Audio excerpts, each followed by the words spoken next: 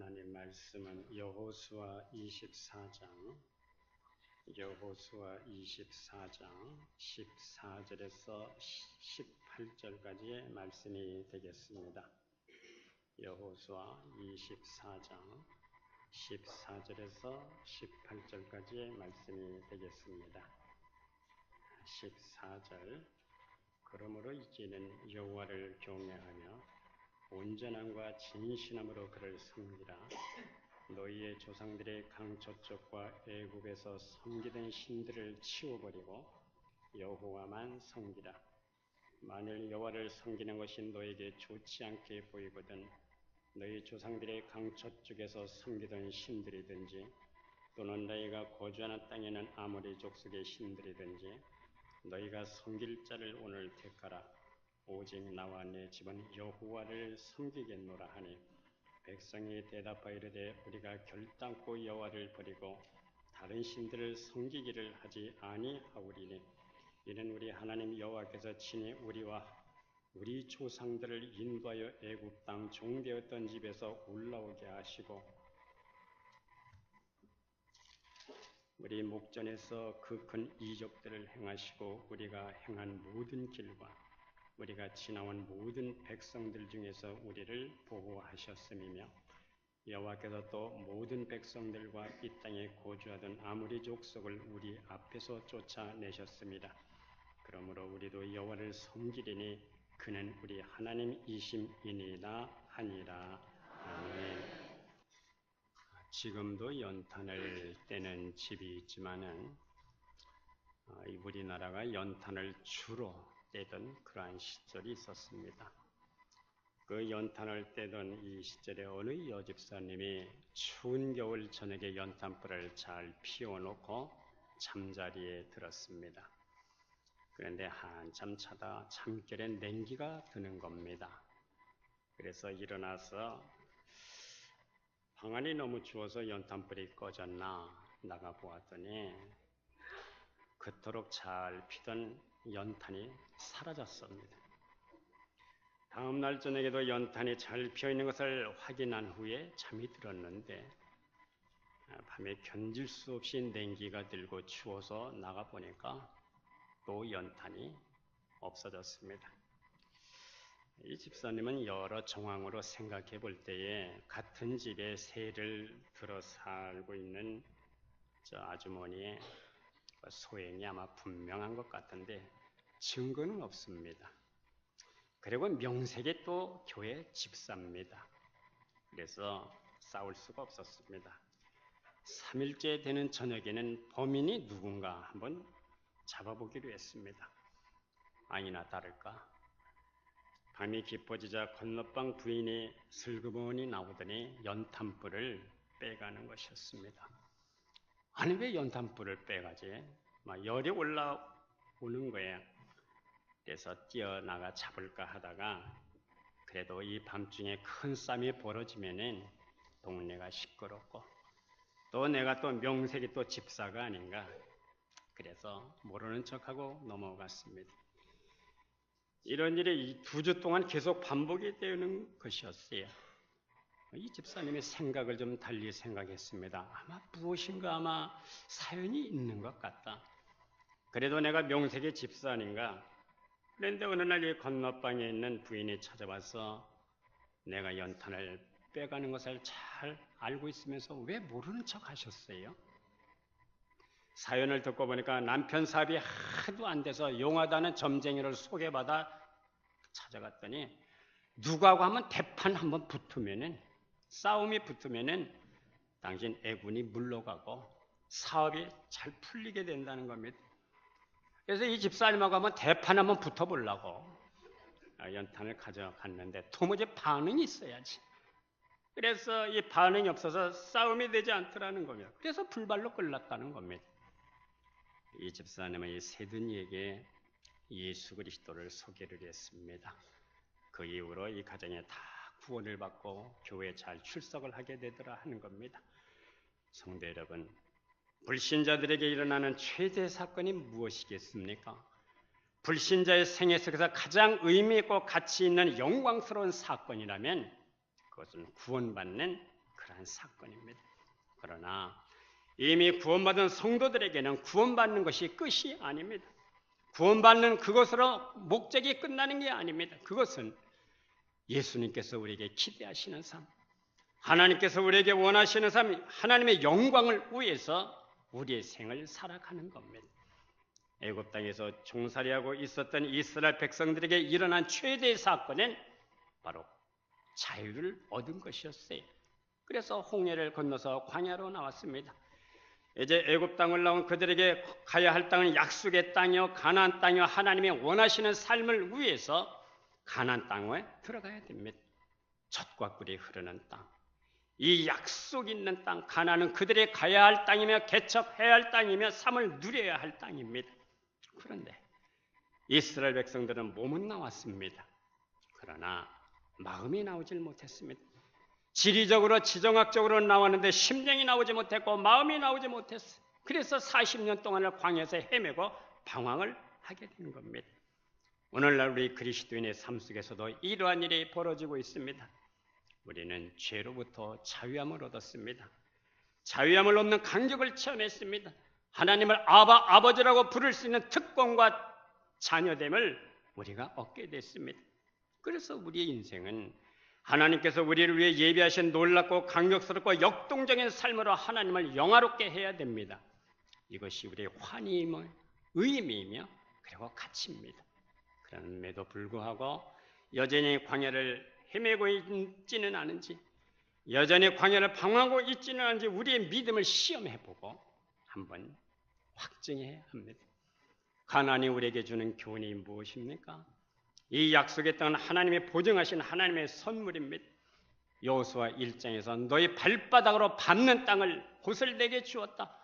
내가 모세와 함께 했던 것처럼 여호수아 내가 너와 함께 하겠다. 마음을 강하게 하라, 담대히 하라 말씀하셨어요. 그런데 이 땅은 잘 포장된 그런 선물이 아닙니다. 개척해야 되고 싸워서 얻어야 할 땅이었습니다. 누가 이 약속의 땅, 가나안 땅에 들어갈 수가 있는 것입니까? 성경은 복을 선택하는 자가 들어갈 수 있다고 말씀합니다. 생명을 선택하는 자가 들어갈 수 있다고 말씀합니다. 신명기 30장 15절에 보면은 보라 내가 오늘 생명과 복과 사망과 화를 내 앞에 두었다고 말씀합니다. 예레미야 21장 8절에서도 너희 앞에 생명의 길과 사망의 길을 두었다고 말씀합니다. 하나님은 복과 저주를 너희 앞에 두었다고 말씀합니다. 복을 선택할 수도 있고 저주를 선택할 수도 있고 생명을 선택할 수도 있고 사망을 선택할 수가 있어요. 선택은 내 자유지만 그 결과는 엄청나게 다르게 되는 겁니다. 복에는 세 가지 조건이 있습니다. 첫째는 오늘 성경의 말씀대로 섬길 자를 선택해야 합니다. 복을 선택한다는 의미는 하나님을 선택한다는 의미이고 믿음을 선택하는 의미이고 저주를 선택한다는 의미는 우상을 선택하는 의미입니다. 귀신을 선택한다는 그러한 뜻입니다. 최은하라고 하는 목사님, 여목사님이 쓴 책 가운데 쓴 뿌리를 뽑아야 산다라는 책에서 이분은 지금 안산에서 목회를 하고 있는데요. 주로 이제 귀신 들린 이런 사람을 상대하는 목사님이에요. 귀신 사역을 주로 합니다. 자기가 사역할 때 이 기독교인들을 조롱하는 이 귀신의 음성들을 종종 듣는다고 그래요. 이 제사 지내는 것. 진짜 예수 안 믿는 사람들은 조상신이 와서 이 음식을 좀 먹는다고 그렇게 생각을 합니다. 귀신에게 물었답니다. 너희들 왜 조상 흉내를 내냐? 흉내 내야 속지. 여러분, 이거 다 속는 겁니다. 제사 지내는 거 귀신들이 와서 먹는다는 거, 조상신이 와서 먹는다는 거, 이거 다 속는 겁니다. 악한 영의 조상 흉내를 내야 조상신이 있다는 것을 믿어서 우상숭배를 하게 된다는 겁니다. 성도 여러분, 속지 않기를 주의 이름으로 축복합니다. 어느 목사님이 동네를 지나가다가 굿하는 것을 보게 됐답니다. 그래서 굿은 어떻게 하나? 뭐 구경을 했대요.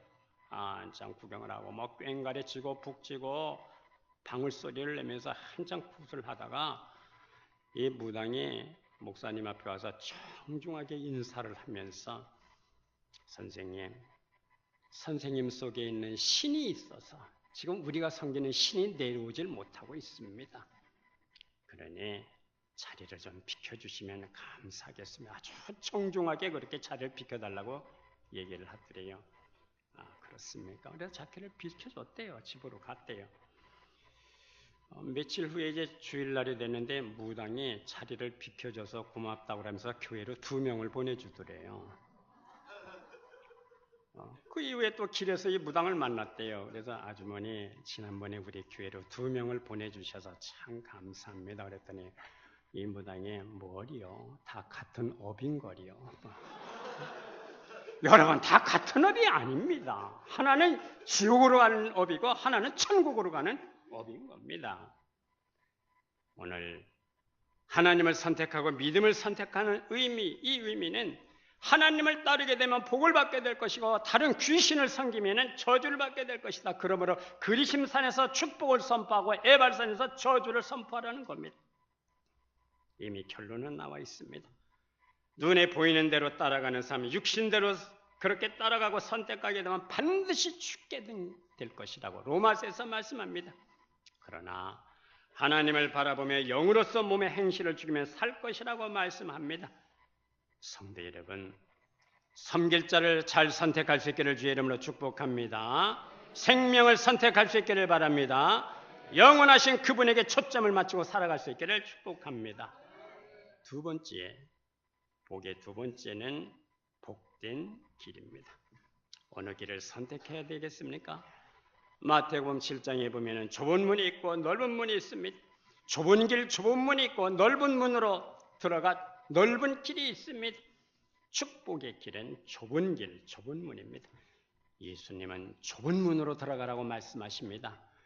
멸망으로 인도하는 문은 그 길이 넓고 커서 그리로 들어가는 자가 많지만은 생명으로 들어가는 문은 좁고 협착해서 세상에서 찾는 자가 적다는 겁니다.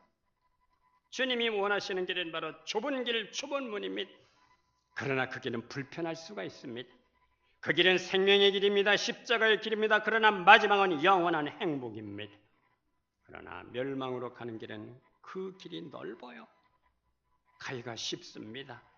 찾는 사람이 많습니다. 그러나 마지막은 멸망입니다. 바알 선지자가 정말 섬기고 있는 이 갈멜산에서 엘리야가 그들에게 외칩니다. 너희가 하나님과 바알 사이에 방황하고 오리를 범하고 있구나. 너희가 어느 때까지 두 사이에서 머뭇머뭇하려느냐. 생명의 길과 사망의 길이 우리 앞에 있습니다. 이 생명의 길은 어떤 대가를 치르고 살아도 어떤 대가를 치르고서라도 갈 수만 있으면 가야 하는 가치가 있는 길입니다.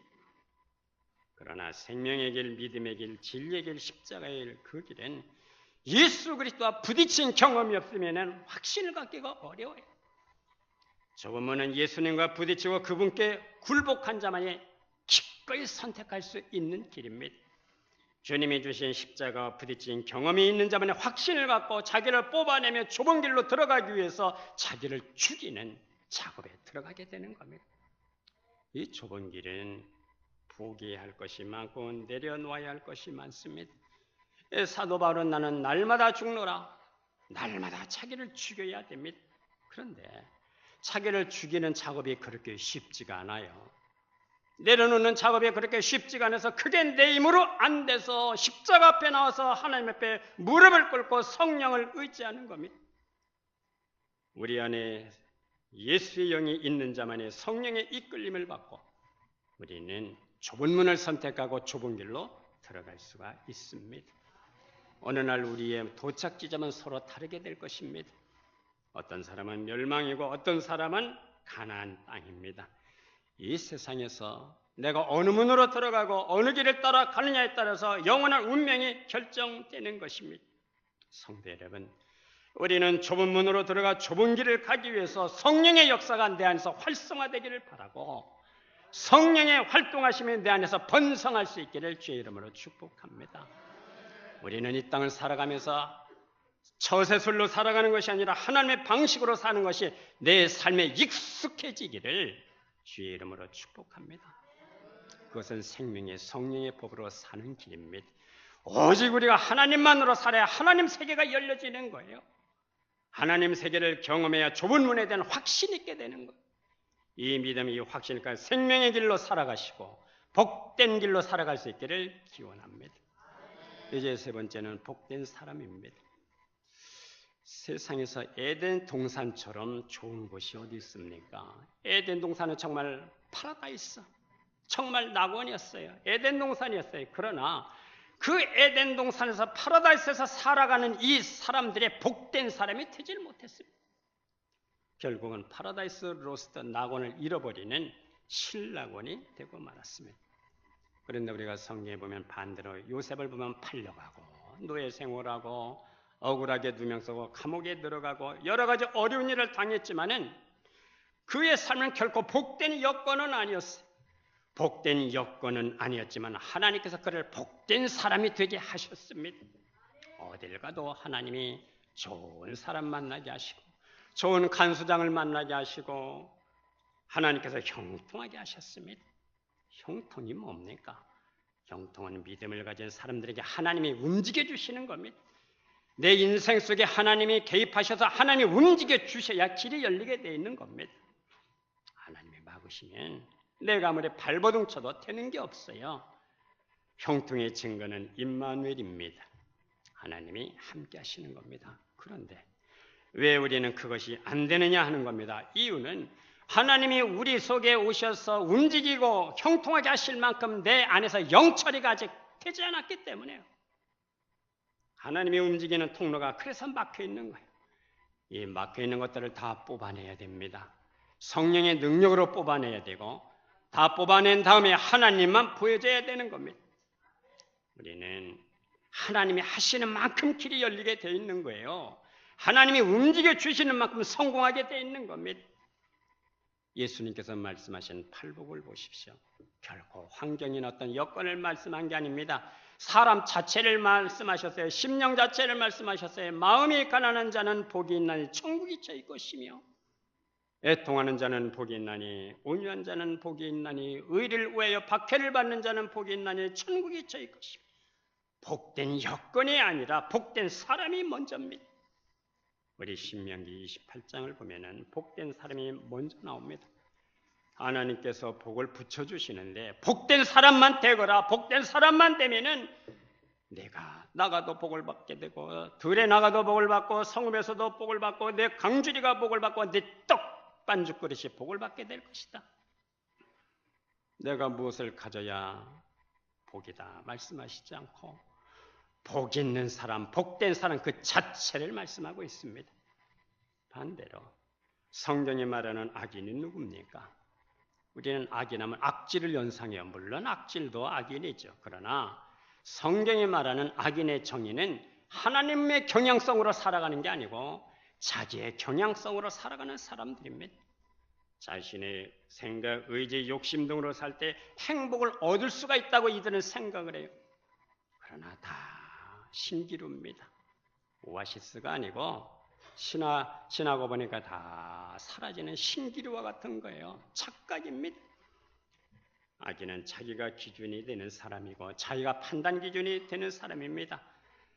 악인은 하나님으로 살지 않고 자기 경향 속으로 살기 때문에 하나님의 의를 이루어 수가 없어요. 신약에서 요히 흐르는 사건은 나 자신을 포기하고 십자가에서 그리스도와 함께 못 박혀 죽으라고 하는 말씀이 유의히 흐르고 있습니다. 다른 데서 죽는 죽음은 의미가 없어요. 십자가에서 누구와 함께 그리스도와 함께 죽고 그리스도와 함께 장사되고 그리스도와 함께 연합되어야 부활의 권능에 우리가 동참할 수 있다는 이 말씀과 사상에 유의히 흘러가고 있습니다. 우리가 나 자신을 포기하고 부인하면 하나님이 개입하는 것이고 내 자신을 우기고 포기하지 않으면 사탄의 개입하는 인생이 될 수밖에 없는 겁니다. 사탄은 무엇인가 매일 우리에게 화려한 미끼를 던지고 있습니다. 그러나 이 화려한 미끼가 아무리 화려해도 내 자신이 십자가에서 그리스도와 함께 죽어 있으면 이 사탄의 역사는 불발로 끝나게 되는 거예요. 셀프가 살고 자아가 살아있어 꿈틀거리는 한 내 속에서 성령의 소유에 번성할 수가 없는 거예요. 반대로 성령의 소유에 충만해져서 새 사람으로 번성하고 있는데 옛사람이 함께 번성할 수가 없습니다. 하나님 중심이 아니라 자기로 사는 사람은 교회를 다니지만 하나님과 관계가 없는 거예요. 이게 전부 미혹이 되는 겁니다. 내 나라, 내 자랑, 내 것을 위해서 살아갑니다. 자기 방식으로 복을 추구하는 이런 사람들, 시편 1편에 보면은 누가 복이 있는지 압니까? 자기 꾀를 따르지 않는 자가 복이 있다고 말씀합니다. 우리는 자기로 살아가는 경향성을 성령으로 뽑아내야 됩니다. 오늘도 본문에서 여호수아는 분명하게 말씀합니다. 14절에서 여호와만 섬기라, 온전함과 진실함으로 그만 섬기라. 할렐루야. 15절에 보면 오직 나와 내 집안이 여호와를 섬기겠노라. 성도 여러분, 섬긴다는 뜻이 무슨 뜻입니까? 하나님만을 바라보고 그분만을 향해서 감사하고 그분을 찬양하고 어떤 여건 속에서도 하나님을 원망하지 않는 겁니다. 하나님과 나 사이에 껴있는 우상을 제거해버리고 치워버리고 하나님이 하시는 일을 전적으로 수용하는 겁니다. 오늘 본문에서 여호수아는 내 인생 여정 다 가도록 오직 나와 내 집은 여호와를 섬기겠노라. 오늘도 이런 신앙의 결단이 우리에게 있어야 될 줄로 믿습니다. 어느 분이 이런 글을 썼어요. 자기를 위해서 살아가는 삶은 너무 좁다. 더 넓혀라. 또한 다른 사람을 위해서 살아가는 삶도 좁다. 더 넓혀라. 민족주의도 좁다. 민족주의 때문에 민족과 민족 사이에 전쟁이 끊어지지 않는 현실이 있구나. 세계를 위해 살라. 세계와 인류를 위해 사는 박애주의도 좁다. 더 넓혀라. 하나님을 위해 살아라. 세계를 지으시고 인류를 지으시고 그분 때문에 구원받을 수 있는 그 하나님을 위해 사는 것이 가장 넓게 살아가는 것이다. 하나님을 섬기고 살아가는 것이 가장 큰 특권이며 자랑이며 우리에게 환희가 되며 카니발이 되는 것이며 긍지이고 축복인 것을 믿으시기를 바랍니다. 바울의 고백을 한번 들어보십시오. 우리가 만일 미쳤어도 하나님을 위한 것이요. 어떤 사람은 골프에 미친 사람 봤어요. 어떤 사람은 또 낚시에 미친 사람도 내가 봤습니다. 산에 미친 사람을 보니까 막 번개치고 그렇게 막 빗방울이 막 때리는데도요, 우산 쓰고 산에 올라가는 사람 봤어요. 한 번은 비가 조금 쏟아지는 날 전화 한 통을 받았습니다. 목사님, 몸이 답답한데, 마음이 답답한 게 아니고 몸이 답답하다네. 몸이 이렇게 근질하고 좀 몸이 답답한데 테니스 한번 치실래요? 비가 오는데요. 이렇게 비가 쏟아지는데 미끄러워서 잘못 치면은 다치고 위험한데요. 그랬더니 천천히 치면 괜찮대요. 한번 쳐보시지 않겠습니까? 세 사람이 나와 있는데 한 사람이 부족하대요. 두려공원에 유니버시아드 테니스장이 있습니다. 거기 테니스장 흙이 아니고 케미컬, 바닥이 하드로 돼 있어요. 그래서 4명이서 테니스를 비 맞으면서 가니까 또 비가 더 와요. 비가 쏟아지는데 테니스를 치는데요. 9개의 코트장이 아무도 없어. 정신 나간 목사 4사람이 비를 맞으면서 막 얼굴을 막 때리는데 비가 테니스를 치는데요. 참, 테니스를 치면서 이런 생각이 들어요. 머리가 자꾸 이제 젖고 이제 막 모자에 막 비가 얼굴에 때리니까 모자를 조금 더 공이 보여야 되니까 어쨌든 이렇게 눌러 쓰고 테니스를 치는데 우리 목사씨들이 갔구나. 갔어. 이렇게 비가 줄기차게 얼굴 때리는데 목회를 하다 보니 다들 제정신이 아니야 지금. 응? 목회도 제정신 가지고는 목회가 안 된다고 그러더니 결국은 나도 갔구나. 갔어. 제주도에서 우리 청년들하고요 막 비가 쏟아지는데 저도 답답했어. 제주도 우리 수련회 때인데 우리 순서를 좀 바꿔서 우리 바닷속에 먼저 들어가자. 바다에서 우리 청년들하고 기마전을 했습니다. 재밌었어요. 또 모래밭에서도 축구도 했습니다. 비 맞으면서 테니스를 한 것은 처음이었어요. 사도행전 26장에 보면은 바울의 증거를 듣고 베스도 총독의 고함을 질릅니다. 바울아, 네가 미쳤도다. 네 말은 학문이 너를 미치게 한다.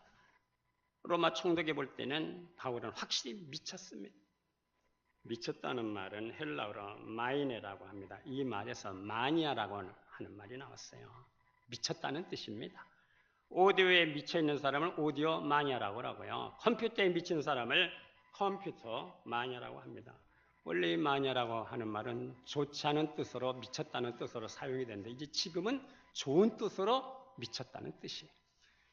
베스도 총독이 볼 때 바울은 분명히 지저스 마니아였어요. 아주 예수에게 미친 사람이었어요. 고린도후서 5장 13절에 보면 우리가 만일 미쳤어도 하나님을 위한 것이요 만일 정신이 온전하여도 너희를 위한 것이니 그리스도의 사랑이 우리를 강권하시는도다라고 말씀합니다. 사도행전 2장 13절에 보니까 성령의 충만해서 복음을 전하는 베드로를 향해서 새술에 취했다고 말합니다. 그리고 바울은 지식이 많은 사람이기 때문에 네 학문이 너를 미치게 한다고 그런 평가를 받았어요. 베드로는 무식했기 때문에 새술에 취했다는 평가를 받았고 바울은 학문이 많았기 때문에 지식적으로 미쳤다고 그렇게 평가를 받았어요. 미쳤다는 말과 새술에 취했다는 말로밖에 표현할 수가 없었어요. 요엘서 2장 28절에 보면 내가 내 영을 만민에게 부어주리니 너희 자녀들이 장래를 말할 것이며 늙은이는 꿈을 꾸게 될 것이고 너희 젊은이들은 이상을 볼 것이고 그때 내가 내 남종과 여종에게 내 영을 부어주리니라고 말씀합니다. 말세에 하나님께서 내 남종과 여종들에게 성령의 권능과 능력을 부어주시겠다고 말씀합니다.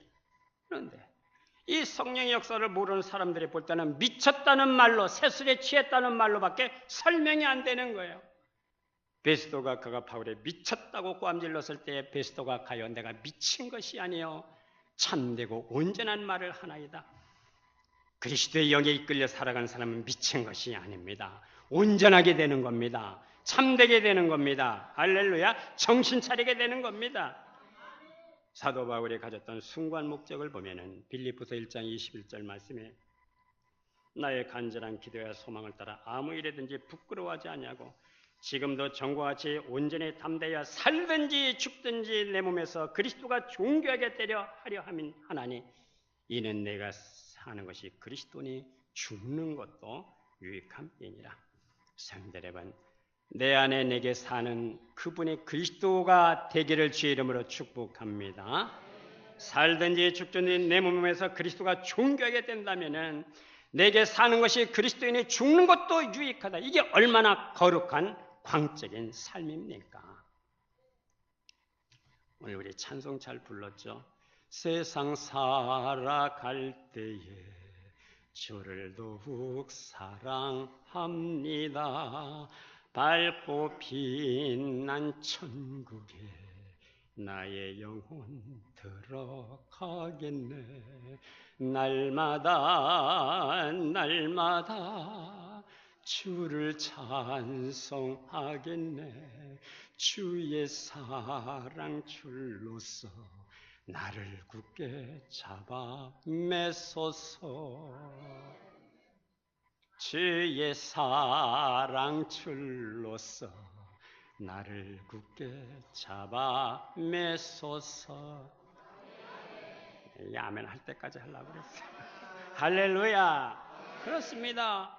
주의 사랑 줄로서 나를 굳게 잡아 매시고 나를 성령으로 이끌고 가시옵소서. 그러므로 오직 나와 내 집은 여호와를 섬기겠노라. 이 고백이 우리의 고백이 될 수 있기를 주의 이름으로 축복합니다. 우리나라의 기독교가 처음 전파되고 얼마 되지 않았을 때에 그 당시는 참 선교사님도 목회자도 아주 귀했어요. 성경도 귀했습니다. 선교사님들이 개척을 해서 교회가 세워지면은 이곳저곳 돌아다니면서 말 타고 나귀 타고 돌아다니면서 교회를 세우게 되면은 한 곳에 머물 수가 없었어요. 그러니까 수은의 예배를 드리게 되는 것이죠. 주일날도 이곳저곳. 그리고 이제 보통 주일날은 선교사님들이 그렇게 예배를 인도했고, 평일날 혹은 이제 새벽기도 혹은 이제 수요기도회 때는 이제 그 중에서 성경을 읽을 수 있는 분을 뽑아서 조사로 세웠습니다. 새벽기도 그리고 이제 수요기도회를 예배를 인도하게 하셨어요. 그 당시 우리나라는 80%가 문맹자들이었습니다. 그런데 그때 있었던 일입니다. 경상북도 어느 산골 예배당에 교인들이 모였습니다. 그 교회에 조사님이 예배 인도를 했습니다. 이제 성경을 봉독할 순서가 돼서 이 조사님이 시편 23편을 봉독을 했습니다. 당시에 이 산골 예배당에 전기불이 들어오질 않았어요. 등잔 혹은 호야를 켰습니다. 어두침침한 등잔불 아래서 두꺼운 돋보기를 쓰고 이 조사님이 겨우겨우 성경을 읽어 내려갑니다. 또 그 당시에 성경을 보면 띄어쓰기가 전혀 돼 있질 않았어요. 이 조사님의 한글 실력이 모자라는지라 이 성경을 읽어 내려가는 것이 여간 어렵지가 않았습니다. 그래서 희미한 등잔불 아래서 여호와는 나의 목자시니를 이렇게 읽었어요. 여호와는 나의 목을 자르시니 내가 부족함이 없으리로다. 아이 조사님의 본문을 여호와는 나의 목자시니를 여호와는 나의 목 자르시니 내가 부족함이 없습니다. 이 말씀을 읽고 난 다음에 이 조사님은 비장한 얼굴로 설교를 하기 시작했습니다. 여호와가 나의 목을 자르셔도 나는 부족함이 없습니다. 아멘 안 할 거예요? 그러니까 성도들이 막 두 손 들고 내도 할렐루야. 모든 사람들이 세속화되어가고 세상화되어가 떠밀려가는 이 시대 속에서 하나님은 오늘 이 시대 속에서도 과연 누구를 찾고 계시는 것일까? 성도 여러분, 하나님 나라에 들어가기 위해서 광야의 영성이 뭡니까? 이스라엘 백성들이 광야를 통과할 때 오직 하나님만 바라보아 살았어요. 하나님이 주시지 않으면 죽을 수밖에 없었어요. 이것이 바로 광야의 영성입니다. 하나님만 바라보는 이 광야의 영성, 나그네 영성을 유지하는 사람들을 이 시대 속에서 하나님은 찾고 계시는 겁니다. 나는 세상을 이길 만한 힘이 없는 것을 스스로 알고 매일매일 주님을 갈망하는 그 갈망이 진정 내 밑바닥에서부터 올라나오는 그 사람을 오늘 이 시대 속에서 하나님은 찾고 계시는 겁니다. 주님이 나를 지배하지 않으면 나는 넘어질 수밖에 없어서 주여 나를 붙들어 주시옵소서. 그 필요성에 사로잡혀 있는 사람을 이 시대 속에서 하나님은 우리를 찾고 계시는 겁니다. 우리의 목표는 아들의 명분을 갖고 살아가는 것이고 하나님 나라의 상속자가 되는 겁니다. 그리고 우리의 마지막 목표는 첫째 부활에 참여하게 되는 겁니다. 만유의 왕의 아들로 새롭게 우리는 태어났습니다. 만유의 주의 아들로 새롭게 태어났습니다. 왕의 아들로 살아가자면 왕의 아들의 수업을, 왕자의 수업을 받아야 되는 것이고 그래야 이 다음에 왕이 되는 겁니다. 우리는 이 땅을 살아가면서 왕같은 제사장으로 살아갈 수 있기를 주의 이름으로 축복합니다. 그러기 위해서 우리는 아들의 명분으로 이 땅을 살아가야 되겠습니다. 이 모든 상황 배경 속에 우리는 오직 하나님을 섬기고 믿고 바라보는 그것이 기본이 되어 있어야 됩니다. 부디 우리는 이 땅을 살아가면서 왕의 자녀의 명분을 갖고 하나님 자녀의 명분, 왕자로서의 명분을 갖고 이 왕의 수업을 받으면서 잘 견디고 이기면서 오직 여호와만 섬기는 자로 이 땅을 살아갈 수 있기를 축복합니다. 기도하겠습니다. 하나님 아버지, 오늘 여호수아의 고백대로 오직 나는 여호와만 섬기겠노라, 오직 나와 내 집은 하나님만 섬기겠노라, 이 고백이 우리의 고백과 삶과 실체화가 우리 삶 속에서 일어날 수 있도록 은혜를 입혀 주시옵소서. 주께서 우리 앞에 생명과 사망을 앞에 두셨다고 말씀하셨사오니 우리는 진정 복된 자로 복된 길을 가게 하시고 복된 삶을 살아가게 하여 주시옵소서. 성령께서 우리를 날마다 인도해 주시고 우리의 옛사람은 날마다 그리스도와 함께 십자가에 못 박혀 사라지고 죽게 하시고 하나님 나라만이 내 안에서 왕성하게 확장될 수 있도록 우리에게 성령의 번성을 허락하여 주시옵소서. 예수님의 이름으로 기도드리옵나이다. 아멘.